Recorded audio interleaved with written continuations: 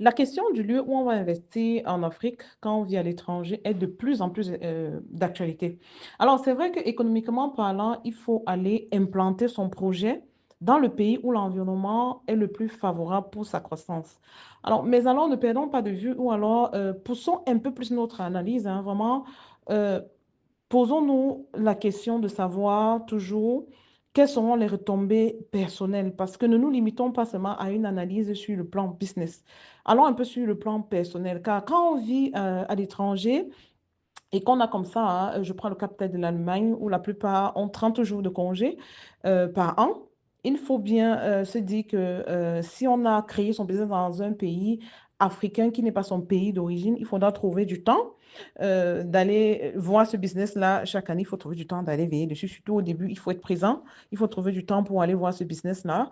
Et il faut aussi trouver le temps d'aller voir la famille dont on vient.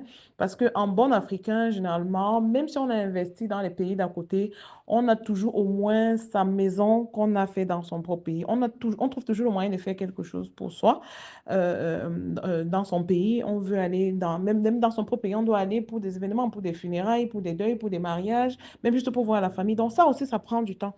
Et comme ça, parfois, on se rend compte que c'est la famille qu'on a créée qui est délaissée, hein, parce que finalement, on n'a plus assez de temps à passer avec cette famille-là. Et c'est comme ça que le déséquilibre peut s'installer.